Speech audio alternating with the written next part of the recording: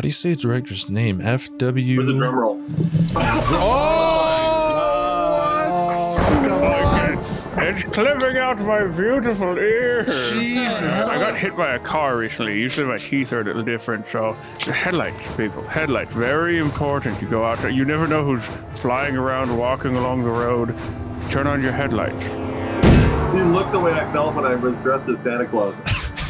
Yeah, it ain't easy being dead. What is your favorite historical document for vampiric suction? So I did think that Twilight was a very good historical document showing the types of things that vampires can do. We are not merely bloodsuckers, although that's like saying An that aspect. humans just drink water. A good old classic Near Dark. I think that's the coolest depiction of a Western not Patrick Swayze. Oh my God, what am I talking about?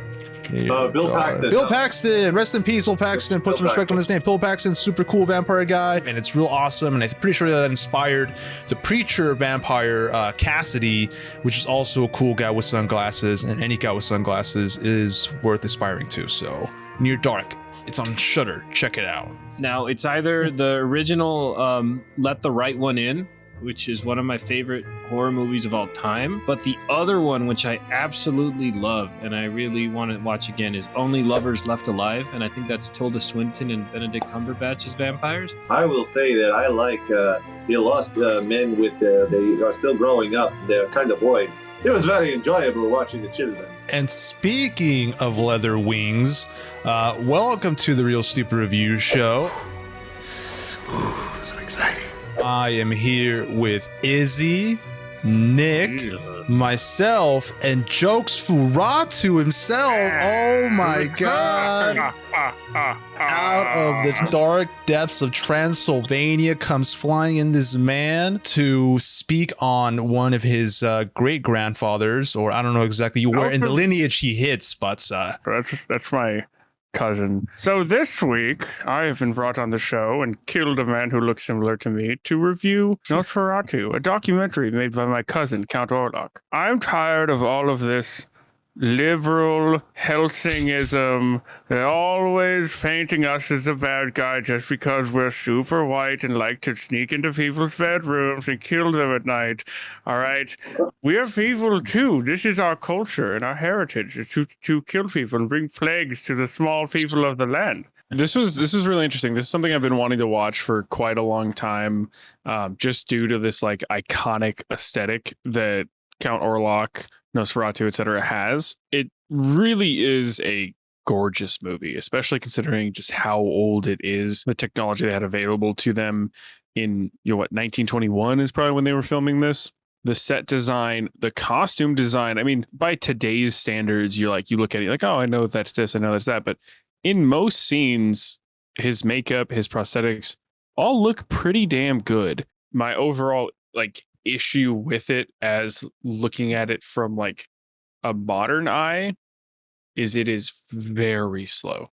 I found myself getting tired in the long sections in between. I think that's just like an artistic thing, and that's me not quite appreciating it as much. I think I went in more for a Nosferatu movie than I did for the full package and experience of watching something from 100 years ago. That was great. I also loved that at least a third of the entire movie was just establishing shots of just landscape that would just sit there for 30 seconds. It gives you a lot of time to really think about it and think about what he was going to do next when 10 minutes later down the road he actually came back on screen. It was wonderful.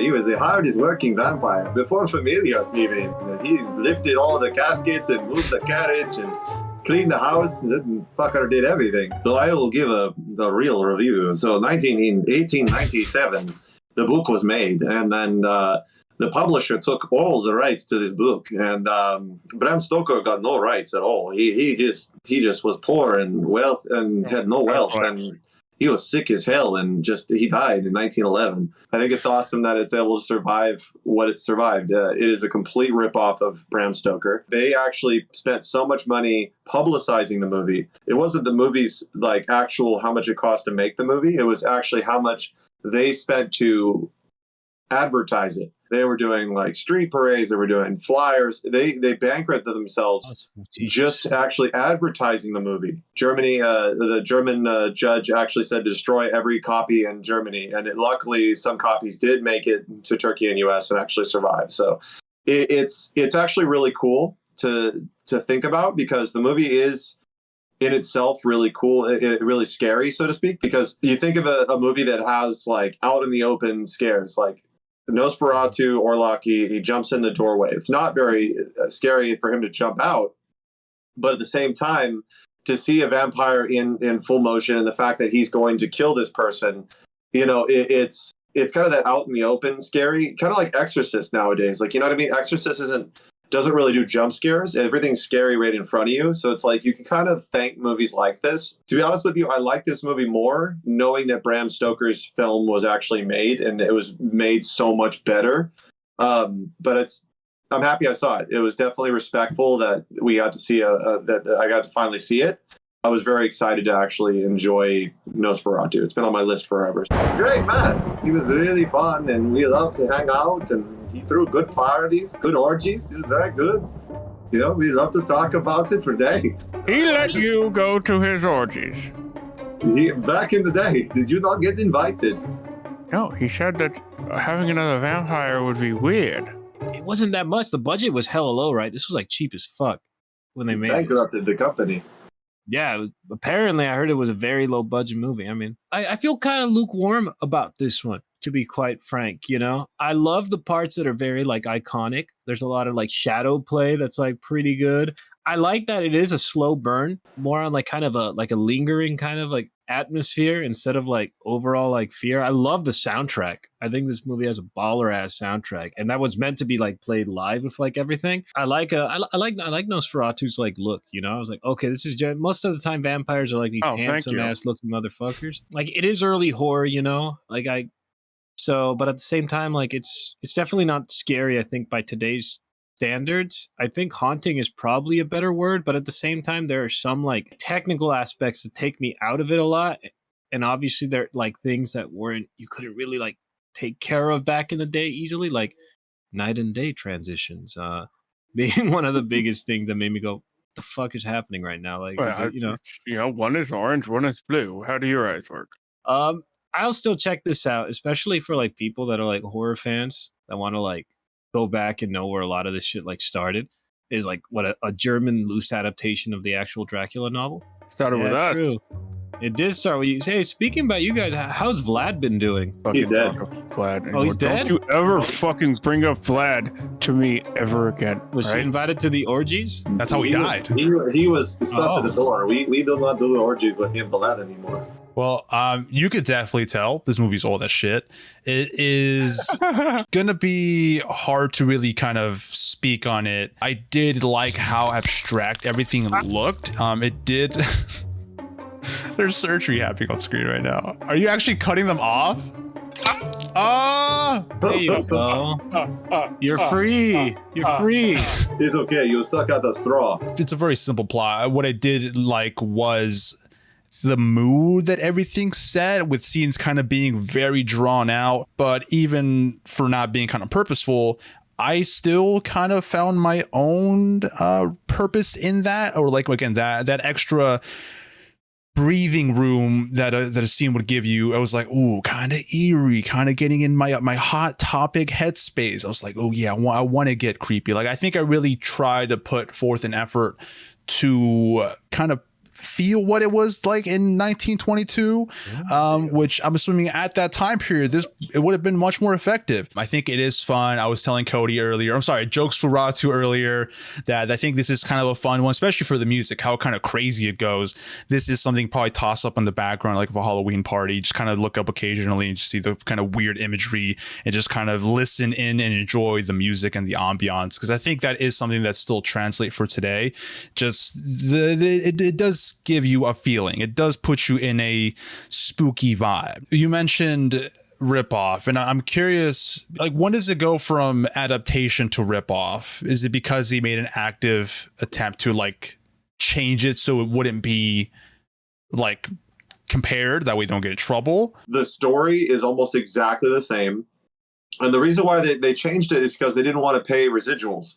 They didn't ask for approval to do it. So it's like a lot of it just came down to money. It's just like they didn't want to pay to do this. Vampires were in books for a long time, but this was the first like really good story that's come out in a long time. And it was like everybody loved the book. The book sold hundreds and hundreds and thousands of copies, even though Bram Stoker didn't get any of that money because the publisher did something to like screw him out of it. But it's they just didn't want to pay the royalties of it. When something is made for more like artistic like quality, like its intent is to be different and to like tell a different like version of the story, then I'm completely fine with that. If this was legit made just to make money and it just so happened to like influence stuff, then I would call it like a ripoff or a cash grab. And I'm not as much okay with that. I have another question for you as our resident historian. How is this movie liked? Is it like, look how janky this like, you know, plucky underdog is? Or is it like, this is a masterpiece of the genre? Or like, is it somewhere in between? Like, what's the, I don't know. I can only think of it. I can only speak personally with Universal Monsters. Like that is the Marvel of the 30s and 40s and so on and so forth. You know, I mean, you're comparing Elektra and Daredevil with Ben Affleck and Jennifer Gardner. Like that's, you know what I mean? Like I think people respect that it was there before, but I don't see a lot of people being like, dude, Nosferatu was the shit. No, it's Bela Lugosi. So I mean, like I think it's something, it's good to respect the past, but it's embrace the future kind of thing. I like my creatures ugly. Like Bela Lugosi, he's a kind of a handsome guy. Like, you know, you can kind of get that sensuality, like, ooh, kind of mysterious vampire man. Let me come over here, seduce you, and then bite your neck. This is like, oh, you're a fucking creepy guy. In the scene where he's like, oh, she has such a beautiful neck, I was like, no, fucking leave, man. There was nothing sexy about Nosferatu, and I like that. One cool thing to throw out there, Max Schreck, the director of the film and the creators of the film actually supported that he actually was a vampire. And it was a lot of and there was a lot of animosity around it. The movie Shadow of Vampire actually built off of the myth where Willem Dafoe plays Max Schreck as the Nosferatu or Olak, and the actor and the director John Malkovich being like keeping him on the reins and be like, hey, stop eating my crew, and it's German movie, so it's like super German accent. It's actually really fucking cool to see, especially Willem Dafoe as Max Schreck. And we have alumni Udo Kier from Baccarat. What is that movie we all hated? Baccarat. I liked it. I know you liked it. I'm just kidding. I'm just fucking. But it's like it's neat that the movie inspired so much. So it's like you think of movies that don't get to come to theater, that go to theaters, don't get to come to movies. It's like there's so much mythology behind it as well. And Max Schreck actually played the part so well that people actually thought, oh shit, he's a vampire. Is this destined to get worse as far as like how we view it? It seems like it's at some point just kind of dwindle in regular pop culture perhaps, but I mean, I don't know, do you guys feel the same? Is it just destined to at some point fade out? Robert Eggers has an adaptation / remake of this movie coming out in the next year or two. Ooh. Oh, he's gonna make that good. I can imagine He's gonna fucking make that good. So it's gonna film it, it's gonna live in the heart of the film nerd then, I guess, right? I think it survived almost 100 years already. Like, you know, I think its influence still lives on. I think people, especially people who are like horror fanatics or like horror fans, they're going to know what this is. Even if they haven't seen it, they're going to know what this is. Like with the references, if they study anything, like they're going to see the name pop up, right? It's definitely going to live in the heart of millennials thanks to the fucking SpongeBob episode, which is my first interaction with Nosferatu. Really quick, not to interrupt. Apparently, that took the creators hours and hours and time. Like, they couldn't find a legitimate picture of Max Schreck to do the picture. Apparently, that like 2-3 seconds like took them like hours and hours and hours and hours and hours. So it's like for that little like tidbit, a little Worth stab at Nosferatu, it was like that apparently took like forever, and everybody now it's like that's, to be honest with you, the best episode. Night. Was it hash ringing slasher? The hash ringing, the dash ringing, the slash bringing. Anyway. Hash But yeah, you know, slasher. Listen, if I go into a restaurant and fart or shit my pants, people are not going to forgive me. The police are coming, and I'm going to prison. If a 100-year-old comes in and shits his pants and, you know, whatever, we're going to be like, it's okay. He's 100 years old. It happens. It's all right. Let's help you out. Everybody's going to come to his rescue. Not to my rescue. I don't know if I would say it's okay. I was like, what I never think you're Oh going my to, and you always do. You say Yeah. these things, and Never go to a restaurant with Nick, or at least bring some diapers, some Pampers. okay. But also bring a hat because it's time to reel it in. I don't know where my hat is, so I don't have a hat. Count Jokes Furatu, could you please give us the final statement on the film, you beautiful blood-sucking bastard? This is a movie that is nearly impossible to actually review, because sorry, my hands, I left my hand. Whatever, fuck it. It's so uncomfortable. I don't know what the type of film it is. It's a look at what movies were like in 1922 and how so much of the vampire mythos, all of these things, these lies that you were told about our kind. The sun doesn't kill us, okay? You don't ever try to lure us into the sun because it doesn't work. It's fake from the movie. Part of my brain says that this movie's kind of bad, but also I'm not really in a position, literally in time, to judge whether or not this movie is good. I'm not familiar with many of the works from the time. Honestly, the only other like shit I've watched from anywhere near this is Man with a Movie Camera and like Charlie Chaplin shit that I've kind of watched with Izzy. Like, this is so completely out of my ballpark. It's extremely interesting to watch. I'm glad I watched it. I kind of wish it was like half as long because I don't know if this was just the thing of the time or whatever, but holy shit, the establishing shots. My God, it just put me to sleep. Most of the movie was just brutally boring though. So yeah, I guess yeah. I don't know. It's so fucking hard. 3 out of 5. It's a little janky. The main character completely fucking sucks. He's awful. I hate him so much. I wish he wasn't in the movie. Biased. Just follow my cousin around all the time. You're just mad you weren't invited to the orgy. This is both the best thing and the worst thing we've ever done, and that's the spectrum I like to sit in. That's the all of this shit I'm doing. I'm literally holding these fucking teeth. Watch. I'm holding it in my fucking mouth. I think that the speed frames were really cool. I like the stop motion. Stop motion wins all the way until the 90s, which was pretty good time for me, if you know me. You know, I don't know. Anyway, Bram Stoker style cheating effects. You know, it's pretty fun too. You know, I am always going to be more of a fan of the Bram Stoker, the Dracula, and Frankenstein, Bela Lugosi, and the Boris Karloff.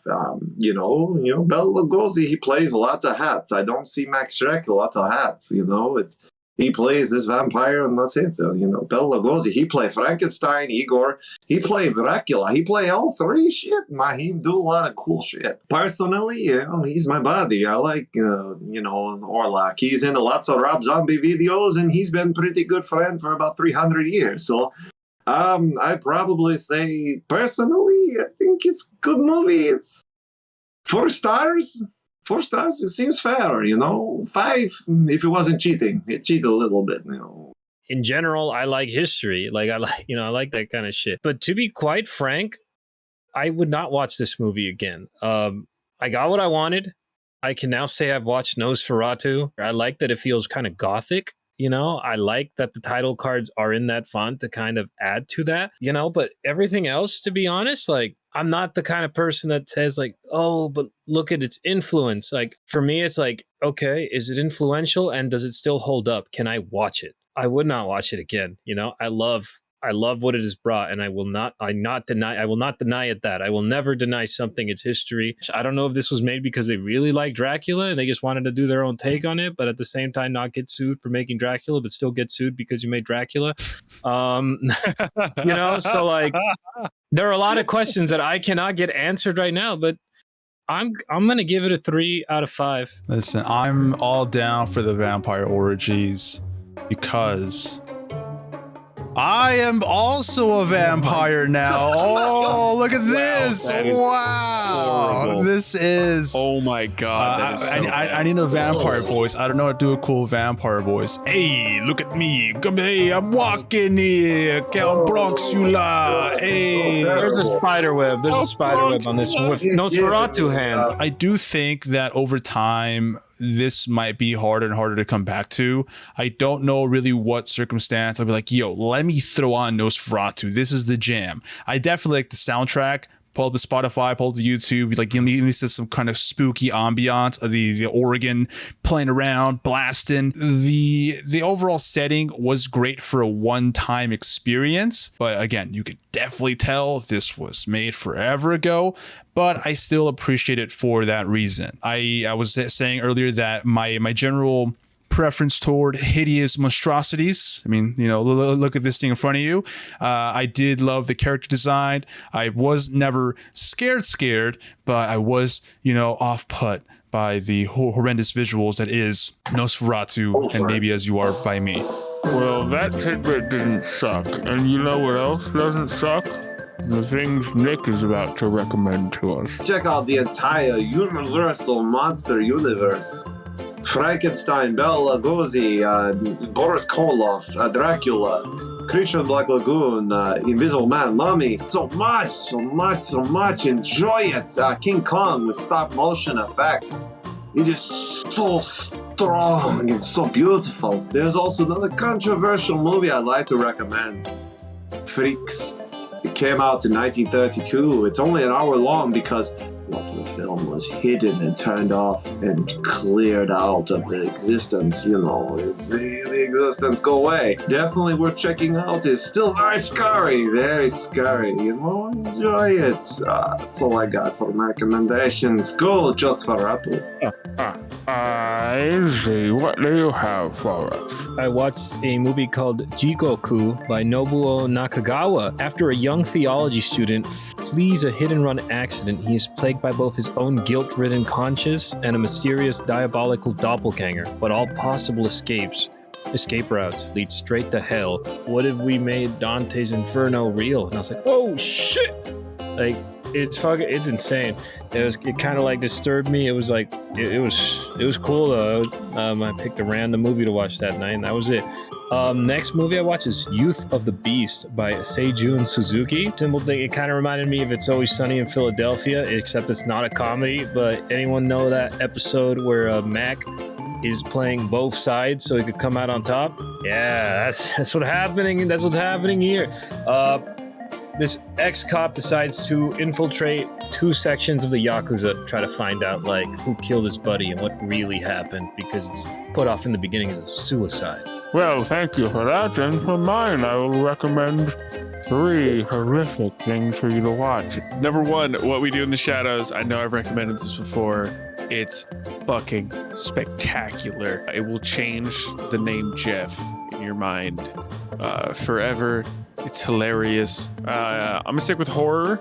So The Lighthouse, so stylish, same 4:3 boxy ass ratio with the grainy black and white, and it's just this claustrophobic, brutal, everything's just swelling up, and you have this foghorn just over you the entire time. Pattinson and Defoe, just absolute powerhouses the entire time. Definitely not a vampire movie, but I Saw the Devil. It is probably my favorite Korean revenge film. It's a man trying to get revenge for a loved one who was killed and chasing after this sick and twisted murderer, and this long journey it takes them on, and everything that gets pulled into it, and it's just fucking gnarly, and I love it. So check those out. Mine's a weird one. I would recommend something that's I know that's good, and I would recommend like Pig, starring Nicolas Cage, which you should watch because it's great. What I'm recommending is Space Jam, a new legacy with LeBron James. So there's a very bizarre sequence of circumstances that happen where I was like, let me watch some bullshit. Threw on Space Jam, and about 30 minutes in, I got a phone call. My grandpa died. And then it's like, oh, wow, that really sucks. He lives all the way over Mexico. There's not much I can do about that at that point. So I'm like, let me just finish Space Jam. And you know what? As a piece of mental lobotomizing your brain and just getting through, as it flashes these colors and all the Warner Brothers properties to your brain, it does a good job of making you forget that your grandpa died. So in that particular circumstance, maybe throw on Space Jam. It's a real thing that happened, and it was very bizarre. And genuinely, it was like, oh wow, I am somehow Space Jam is helping with his coping thing. Thank you, Cody. Thank you, Izzy. Thank you, Nick. Absolutely not going to let anyone. We're going to talk about that. Are you going to talk about that? Oh God. It's all right, hot. hang on. You guys, this is the moment you've all been waiting for. Oh, this is actually. It looks painful.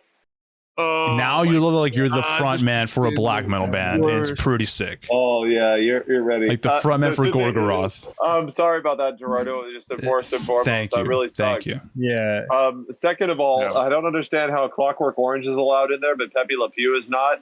Warner Brothers. you I don't know. Like 4 rapists are allowed in the movie, but like one very sensual skunk is not allowed. But all right, anyway, it is so goddamn hot in this room. I apologize. I had to mute myself because I had to turn the fan on. We're wrapping it up. It's totally cool. Thank you, Cody. Thank you, Jokes for Ratu. Thank you, Nicholas, Count Nicholas, Izzy, myself. I'll see you guys real soon.